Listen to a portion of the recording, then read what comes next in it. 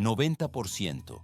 Esa es la alarmante proporción de grandes mamíferos que han sido erradicados del paisaje natural de Europa en un periodo de apenas 150 años. Esta desaparición masiva ha provocado que los ecosistemas se hundan en un colapso progresivo, manifestándose en suelos compactados, una ruptura drástica de la biodiversidad y la desintegración de ciclos ecológicos que habían operado con precisión durante miles de años. Pero esto es solo el comienzo. ¿Por qué el retorno de una especie declarada extinta puede reactivar un sistema completo en declive? A primera vista, la restauración parece un proceso que depende exclusivamente de la flora superficial. Sin embargo, la ausencia de estos animales rompió los vínculos mecánicos y biológicos fundamentales que mantenían el funcionamiento del paisaje, demostrando que para salvar un entorno complejo, la simple plantación de árboles resulta insuficiente. Europa ejecutó múltiples estrategias de intervención, aunque la ambición de recuperar los bosques antiguos nunca logró transformarse en una realidad tangible. Se puede notar cómo la estructura del suelo pierde su porosidad y la vegetación se estanca sin la presión herbívora natural. El equipo de restauración comprendió que lo que se había perdido no se encontraba en el dosel forestal, sino en las conexiones dinámicas del suelo y la dispersión de nutrientes. Más adelante se complica. El proceso de degradación solo está cobrando fuerza si no se introducen reguladores biológicos activos. Se ve cómo la solución surge de forma paradójica, a través de una especie que fue declarada oficialmente extinta en estado silvestre hace más de un siglo. La reintroducción de estos ejemplares permite que los ciclos de nutrientes se reinicien mediante el pisoteo y el pastoreo controlado, rompiendo la compactación de la tierra de manera mecánica. Transición al siguiente nivel. 150 años de ausencia han dejado un vacío que solo la biología original puede llenar para estabilizar el territorio. Los ingenieros ambientales observan cómo los antiguos enlaces ecológicos comienzan a soldarse de nuevo tras la liberación de estos animales. La transformación del ecosistema se mueve ahora hacia una fase de estabilización natural, donde el sistema recupera su capacidad de autorregulación. El material biológico y las interacciones físicas entre la fauna y el suelo permiten que la cadena de recuperación avance. Este proceso cierra la fase de declive, abriendo el camino a una restauración profunda y funcional de la naturaleza europea. El equilibrio se desplaza hacia la siguiente etapa de desarrollo sin prisa. 1919. Ese fue el año exacto en que el último bisonte europeo que vivía en total libertad fue abatido de forma definitiva. ¿Para qué permitir que el animal terrestre más grande de todo el continente desapareciera sin dejar rastro en el registro de la naturaleza? A primera vista, la extinción parece un evento estrepitoso, pero en realidad nadie comprendió en ese instante preciso que una especie entera se desvanecía de los ecosistemas salvajes. Solo parece evidente que un animal de tales proporciones tendría una protección asegurada, pero el proceso de su caída fue silencioso y carente de cualquier ceremonia oficial. La magnitud de esta pérdida resulta difícil de procesar si se considera la vasta extensión que estos animales ocuparon anteriormente. Siglos antes de su colapso, las manadas de bisontes se desplazaban sin restricciones por las llanuras europeas, abarcando territorios desde la península ibérica hasta las gélidas tierras de Escandinavia. Su presencia se extendía de costa a costa, uniendo el océano Atlántico con las orillas del mar Caspio en una red migratoria masiva. Se puede notar la inmensidad de su pasado al observar las estimaciones técnicas de su población histórica, la cual alcanzaba cientos de miles o incluso millones de individuos integrados en el paisaje.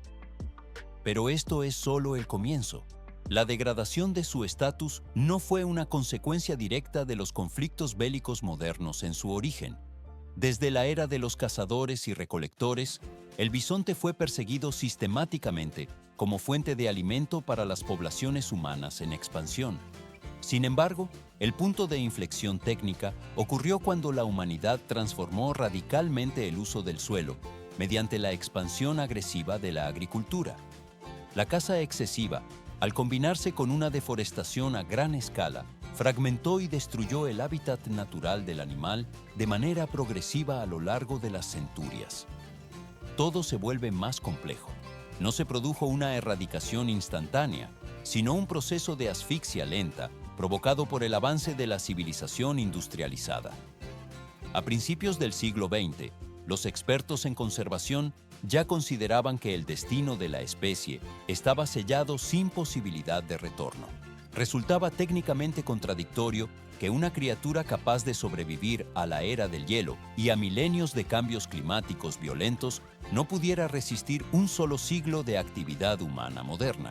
En ese periodo crítico, apenas 50 ejemplares sobrevivían en todo el planeta, permaneciendo todos ellos bajo condiciones de cautiverio estricto.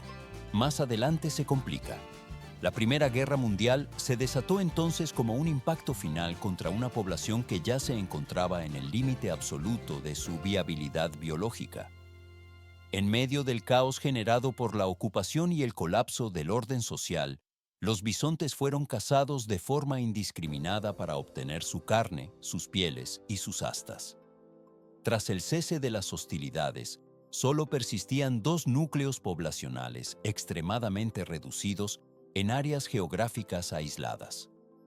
Se ve cómo la presión humana se estrechó sobre los últimos refugios forestales y montañosos. El proceso solo estaba cobrando fuerza. 9 individuos resistían en el bosque de Białowieża, ubicado en el este de Polonia, donde fueron rastreados sistemáticamente hasta que el último ejemplar salvaje fue eliminado en 1921. El grupo restante intentó ocultarse en las remotas e inaccesibles elevaciones de las montañas del Cáucaso Occidental, buscando una protección que la geografía ya no podía garantizar.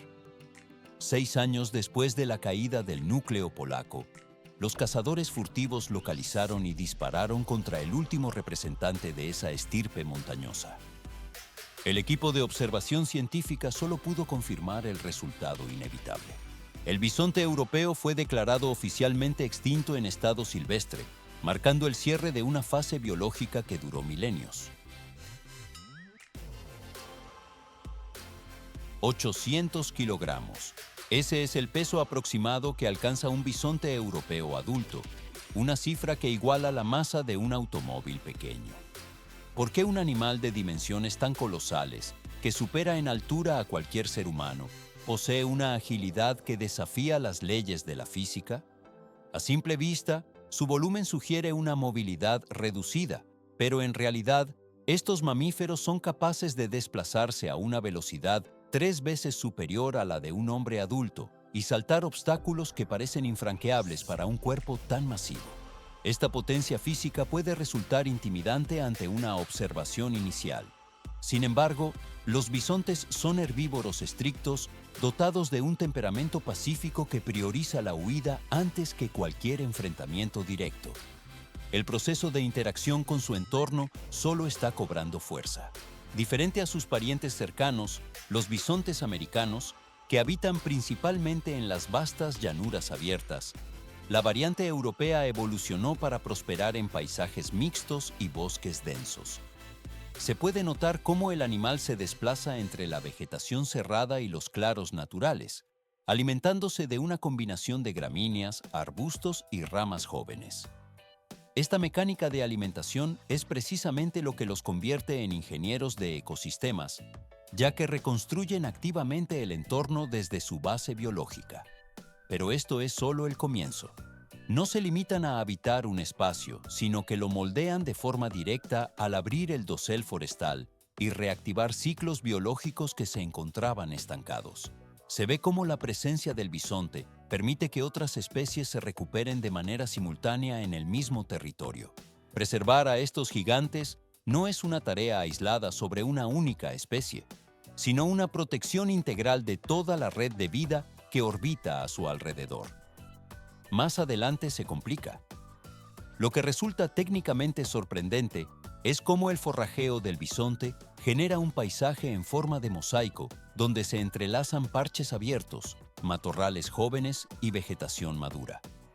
Este sistema permite que innumerables formas de vida vegetal y animal florezcan con rapidez. Se puede notar cómo crean espacios específicos para arbustos florales dentro de la densidad del bosque, los cuales atraen insectos que a su vez convocan a aves y pequeños mamíferos en un efecto de cascada ecológica. Transición al siguiente nivel. Un fenómeno paradójico surge cuando los animales de mayor tamaño generan las condiciones precisas para que los organismos más minúsculos logren sobrevivir. La biodiversidad no funciona como una colección de especies aisladas, sino como un sistema estrictamente interconectado de procesos físicos y biológicos. Parece simple observar su estructura física, pero en realidad su función ecológica es el motor que sostiene la complejidad del bosque. Todo se vuelve más complejo. El punto exacto donde las dos especies de bisontes convergen no se encuentra en su morfología o en el tipo de hábitat que ocupan, sino en el destino crítico que ambos enfrentaron simultáneamente. Cuando el espacio físico desaparece y los ecosistemas se fragmentan, incluso las especies más voluminosas son borradas de la historia natural. El material biológico de estos ecosistemas depende de la continuidad de estos procesos de ingeniería natural. Así concluye una de las etapas clave en la comprensión de la dinámica de los grandes herbívoros forestales. 50 individuos. Esa fue la cantidad exacta de ejemplares que sobrevivieron cuando el bisonte desapareció por completo de su entorno silvestre. Esta reducida población no solo representaba el último vestigio de su especie, sino que portaba consigo una crisis genética invisible y profunda. ¿Por qué una población tan pequeña ponía en riesgo la existencia misma del animal a largo plazo? Con un acervo genético extremadamente limitado, la endogamia dejó de ser una posibilidad estadística para convertirse en una inevitabilidad biológica absoluta. Pero esto es solo el comienzo del desafío técnico para su recuperación. Muchos científicos sostienen que, incluso sin una extinción inmediata y violenta, la especie se enfrentaba a un debilitamiento progresivo y fatal. Se puede notar cómo la pérdida de diversidad genética reduce la capacidad reproductiva y la resistencia general, llevando a los animales a desaparecer en un silencio biológico. El proceso de degradación solo estaba cobrando fuerza conforme pasaban los años sin nuevas líneas de sangre. Un pequeño grupo de conservacionistas se opuso a este destino bajo el liderazgo del zoólogo polaco Jan Stoltzman. Este experto realizó un llamamiento para ejecutar acciones urgentes y técnicas que detuvieran el colapso. A su lado trabajaron Heinz Heck, director del zoológico de Múnich, y su hermano Lutz Heck, quien dirigía el zoológico de Berlín. Más adelante se complica la logística, ya que debían coordinar la localización de cada ejemplar restante. A primera vista, reunir animales de diferentes lugares parece simple, pero en realidad requirió una sincronización internacional sin precedentes entre zoológicos y reservas privadas. Juntos fundaron la Sociedad Internacional para la Protección del Bisonte Europeo, una organización dedicada a la gestión técnica de la especie. En 1923, presentaron un plan estructurado durante la Conferencia Internacional para la Protección de la Naturaleza en París. Todo se vuelve más complejo al intentar organizar los datos de cada individuo disperso por el continente. 1932 marcó el inicio del libro de genealogía del bisonte europeo, una herramienta de control riguroso. Se ve cómo el equipo registra meticulosamente a cada individuo, supervisando cada decisión de cría para evitar el colapso genético definitivo. Los especialistas manejan los datos con precisión, garantizando que los cruces minimicen los riesgos de la endogamia. El proceso solo está cobrando fuerza mediante esta vigilancia constante de los linajes. La pregunta fundamental no era solo si la especie lograría sobrevivir físicamente tras estas intervenciones. La incertidumbre residía en la naturaleza futura del animal y si volvería a ser una criatura silvestre o una población gestionada permanentemente por el ser humano. El equipo monitorea gradualmente la evolución de los grupos reproductores bajo estas condiciones estrictas. Transición al siguiente nivel de manejo biológico. El control de los pedigríes se realiza con una minuciosidad absoluta, donde cada nacimiento se anota en el registro oficial. Se puede notar la disciplina en la selección de las parejas reproductoras para fortalecer la base biológica de la especie. El destino del bisonte europeo se decide en estas tablas de datos y decisiones técnicas de manejo poblacional. El material genético se preserva así para las futuras generaciones, cerrando esta fase de rescate crítico. 1929 fue el año exacto en el que los primeros ejemplares de bisonte europeo recuperaron finalmente su libertad en el entorno natural. La elección del sitio para esta liberación no respondió a una casualidad simbólica, sino a una justicia histórica profunda. Se puede notar cómo los animales fueron introducidos en el bosque de Bialowieza, precisamente el mismo territorio donde décadas atrás se había dado caza al último individuo salvaje de la especie. Pero esto es solo el comienzo.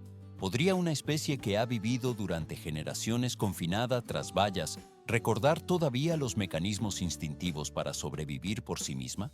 A primera vista, la reintroducción parecía un proceso logístico sencillo, pero en realidad generó un intenso debate en la comunidad académica. Muchos científicos manifestaron sus objeciones, dudando de la capacidad de adaptación de estos animales tras un largo periodo de cautiverio. La respuesta definitiva a esta incertidumbre no se encontraba en las llanuras polacas, sino en las montañas Tarku, situadas en Rumania. Este macizo montañoso representa uno de los últimos paisajes verdaderamente vírgenes y salvajes que aún persisten en el continente europeo. El equipo de conservación trasladó allí el experimento crítico de supervivencia. Se ve cómo los animales deben enfrentarse a un terreno escarpado y condiciones climáticas sin la intervención constante del hombre. Si el bisonte no lograba establecerse en este entorno implacable, significaría que la especie no podría prosperar en ningún otro lugar del mundo. A lo largo de los decenios siguientes, la población comenzó a incrementarse de manera pausada pero constante, bajo una vigilancia técnica rigurosa. El grupo original se expandió gradualmente hacia otros complejos forestales de gran importancia en el territorio de Polonia. Todo se vuelve más complejo a medida que las cifras aumentan. Con el censo de ejemplares elevándose a varios cientos, surgió una interrogante técnica inevitable sobre el futuro de la especie a largo plazo. La cámara se desliza por las densas arboledas, donde estos rumiantes de gran tonelaje buscan alimento de forma autónoma. Se puede observar el movimiento lento de la manada mientras recupera sus rutas migratorias ancestrales entre la vegetación. El proceso solo está cobrando fuerza. Los especialistas monitorean cada desplazamiento para confirmar si los patrones de comportamiento salvaje han regresado efectivamente a su código genético. Por esta razón, el éxito en las montañas rumanas se consideró el estándar definitivo para la validación del proyecto. El ecosistema de los Cárpatos puso a prueba la resistencia física y la estructura social de los grupos liberados. Las observaciones de campo demostraron que, a pesar del tiempo transcurrido en cautiverio, los animales mantenían la capacidad de gestionar los recursos naturales de forma independiente. Transición al siguiente nivel. La población ha logrado consolidar su presencia en diversos sectores estratégicos, asegurando la continuidad de su linaje en libertad. El material genético de estos ejemplares constituye ahora la base para futuras expansiones en otras reservas protegidas. Desde aquí, la transformación de la fauna europea se mueve hacia una fase de estabilidad ecológica que antes parecía inalcanzable. El camino del bisonte hacia la recuperación total continúa sin prisa, marcando el fin de esta etapa de reintroducción primaria. 2012 fue el año en que la iniciativa Rewilding Europe y el Fondo Mundial para la Naturaleza en Rumania pusieron en marcha un ambicioso despliegue técnico en las montañas de Țarcu. Esta región se extiende como un vasto ecosistema de bosques primarios, valles fluviales profundos y extensas praderas alpinas. ¿Por qué seleccionar precisamente este entorno para un proyecto de tal envergadura? A primera vista, La orografía parece un desafío insuperable para la logística de transporte de grandes especies. Pero sin estas condiciones geográficas específicas, la restauración de los procesos naturales sería incompleta, ya que el área ofrece el refugio y los recursos necesarios para sostener a los grandes herbívoros en libertad. El 17 de mayo de 2014, el bisonte europeo regresó oficialmente a los Cárpatos rumanos tras una ausencia de más de 200 años. Para garantizar la supervivencia inicial, se construyó una estructura de aclimatación de 15 hectáreas de superficie. Se puede notar cómo el cercado perimetral delimita el espacio donde la primera manada de 17 ejemplares comenzó su adaptación al entorno montañoso. Este recinto técnico permitió que los investigadores realizaran un seguimiento constante de la salud y el comportamiento de los animales, además de establecer un perímetro de seguridad para prevenir la caza furtiva. El proceso solo está cobrando fuerza. Los primeros años posteriores a la reintroducción no presentaron una dinámica de éxito inmediato. Se ve cómo la selección natural actuó de forma implacable sobre la población inicial. Muchos terneros murieron bajo el ataque de depredadores naturales, mientras que los individuos con menor resistencia física no lograron superar la exposición a los inviernos extremos de la alta montaña. Pero esto es solo el comienzo. Dentro de la estructura social de la manada, las relaciones jerárquicas se desplazaban de forma incesante, lo que generaba niveles elevados de conflicto y estrés entre los ejemplares. Más adelante se complica. En este entorno de alta presión biológica, comenzó a manifestarse un fenómeno que la ciencia no puede programar mediante algoritmos: el comportamiento aprendido. Aquellos ejemplares nacidos en estado silvestre carecían de cualquier memoria de cautiverio o contacto humano previo. Se puede notar cómo estos individuos empezaron a interpretar el paisaje con precisión, reconociendo rutas de escape y zonas de alimentación seguras. Los animales desarrollaron la capacidad de evitar peligros geográficos y se integraron en el ritmo biológico del bosque con una eficiencia mecánica. Tras un periodo de 2 años, la primera manada fue liberada totalmente de los recintos de protección. Transición al siguiente nivel. En 2018, se ejecutaron nuevas fases de reintroducción de ejemplares adicionales en la región. No todas las liberaciones de animales resultaron en un éxito operativo absoluto en términos de supervivencia individual inmediata. Sin embargo, cada maniobra de suelta aportó un flujo de datos técnicos mayor, incrementando la experiencia de los equipos de campo y la confianza en la capacidad de los bisontes para sostenerse por sus propios medios. El equipo monitorea gradualmente la expansión de los grupos por los valles laterales, mientras el polvo de los senderos se asienta bajo el paso de los pesados herbívoros. Todo se vuelve más complejo conforme la población se estabiliza y reclama su lugar en la cadena trófica. El proceso de integración de la especie en el ecosistema rumano cierra esta fase, abriendo el camino a la consolidación definitiva de la población silvestre. 101 bisontes europeos vivían ya en total libertad por las montañas de Tsarku al llegar el año 2021. ¿Para qué introducir una cantidad aparentemente modesta de ejemplares en un territorio tan vasto? A primera vista, un centenar de individuos podría parecer insuficiente para repoblar una cordillera, pero en realidad, esta cifra fue el umbral crítico que demostró la viabilidad de una población autosuficiente. Estos animales expandieron sus dominios sobre una superficie superior a los 200 kilómetros cuadrados, superando con creces los límites establecidos originalmente para su liberación. El proceso solo está cobrando fuerza. Se puede notar cómo los ejemplares determinan su propio territorio sin restricciones físicas, lo que confirma que la especie ha recuperado su función ecológica original en el entorno. La presencia constante de los bisontes generó transformaciones cuantificables de forma casi inmediata en el ecosistema. Se ve cómo la riqueza de las especies vegetales se incrementó en aproximadamente un 30% en las zonas habitadas por estos grandes herbívoros. Más adelante, se complica la estructura del paisaje. Bosques que antes eran monótonos y cerrados se fragmentaron paulatinamente, dando paso a configuraciones en mosaico donde conviven armónicamente pastizales, matorrales y bosques jóvenes. Los bisontes crean pozas de polvo para sus baños que terminan reteniendo agua de lluvia, mientras que sus excrementos actúan como un potente fertilizante que enriquece la composición del suelo. Se puede observar cómo su pelaje espeso transporta semillas a lo largo de decenas de kilómetros, facilitando la dispersión botánica. Todo se vuelve más complejo sin intervención externa. Ninguna orden humana coordinó este despliegue ni hubo manos que dirigieran la restauración de forma artificial.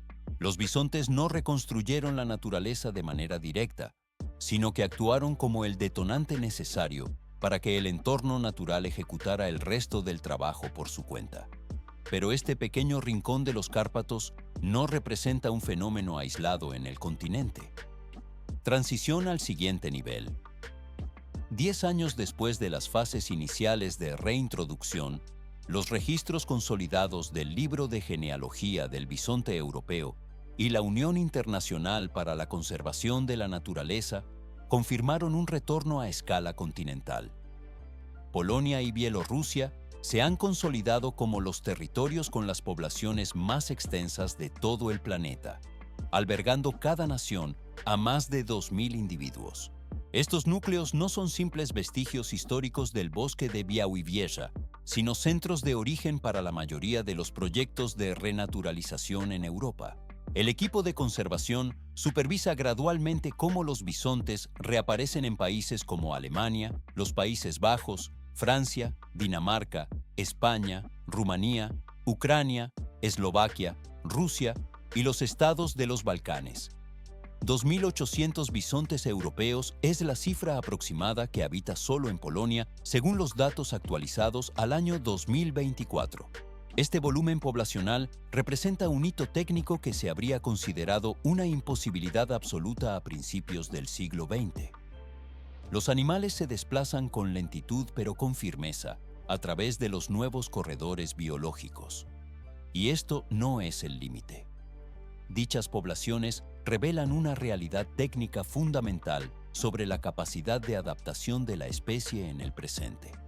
Los bisontes no solo están regresando a los emplazamientos más salvajes de la geografía europea, sino que están reclamando progresivamente paisajes que se consideraban clausurados para los grandes mamíferos. La cámara se desliza por estos nuevos territorios donde la fauna recupera su espacio histórico. Así el proceso cierra esta fase, permitiendo que la especie se integre definitivamente en la estructura del continente. 9.000 individuos. Esa es la cifra que alcanza actualmente la población del bisonte europeo en todo el continente, partiendo de apenas poco más de 50 supervivientes iniciales. ¿Por qué este éxito biológico plantea hoy interrogantes más complejos que cualquier logro anterior en la historia de la conservación?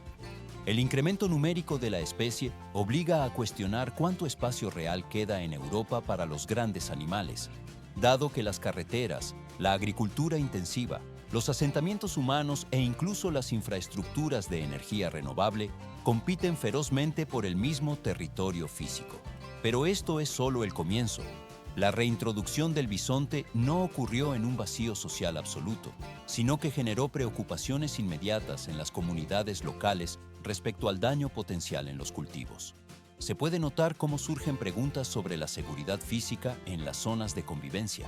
El proceso de renaturalización nunca es un asunto puramente ecológico, sino que se define como un proceso continuo de negociación entre diferentes actores.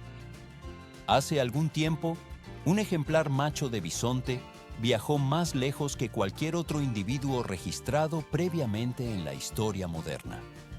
El animal nadó a través del río Oder y cruzó con éxito la frontera entre Polonia y Alemania, convirtiéndose en el primer bisonte en libertad en realizar tal hazaña en más de un siglo. Más adelante se complica. Lo que pudo ser un símbolo de la naturaleza salvaje, regresando a Europa, terminó en una tragedia documentada. Las autoridades locales alemanas, movidas por el miedo y la incertidumbre ante lo desconocido, dispararon al animal apenas unas horas después de su avistamiento. Aquella historia expuso una verdad incómoda sobre la gestión de la fauna silvestre. Si bien el furtivismo todavía persiste en algunas regiones, la mayor amenaza actual para el bisonte ya no es el cazador en el bosque profundo. El peligro real reside en el conflicto directo entre la vida silvestre y las formas en que los seres humanos utilizan y transforman la tierra. Todo se vuelve más complejo. Las organizaciones dedicadas a la renaturalización se ven obligadas a establecer fondos de compensación económica y a entrenar guías locales especializados. A primera vista, liberar animales parece el paso final, pero en realidad es necesario abrir canales directos de diálogo con las poblaciones rurales para gestionar la coexistencia. Se ve cómo los técnicos implementan sistemas de seguimiento para minimizar los encuentros accidentales. En la realidad técnica, los daños registrados son bajos. El miedo no desaparece únicamente mediante el uso de estadísticas frías sobre el comportamiento animal. La realidad es que las sociedades modernas han olvidado cómo compartir los paisajes con animales de gran envergadura. El proceso solo está cobrando fuerza. La adaptación debe provenir de ambos lados de la frontera biológica.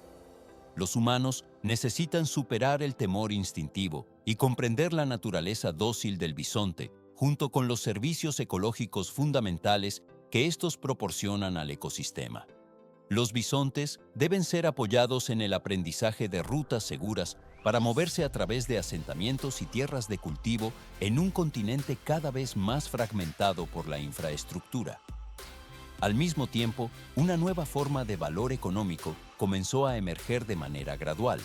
El ecoturismo centrado en el bisonte genera ahora aproximadamente 2 millones de euros anuales para la región. Transición al siguiente nivel.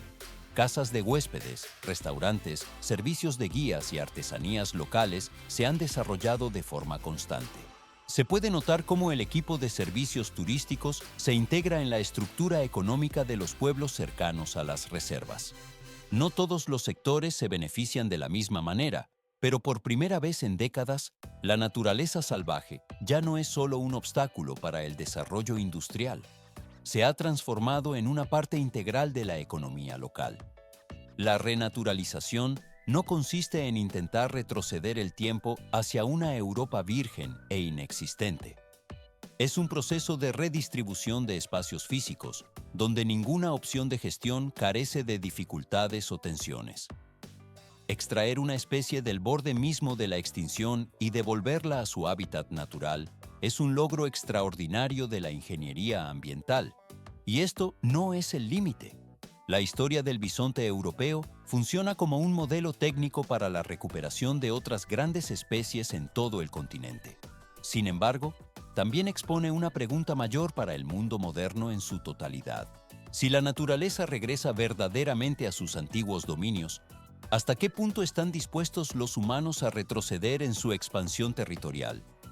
Los últimos 10 años solo han sido suficientes para comenzar a plantear esa cuestión con seriedad técnica. El material genético y la población del bisonte continúan su expansión por la cadena biológica europea.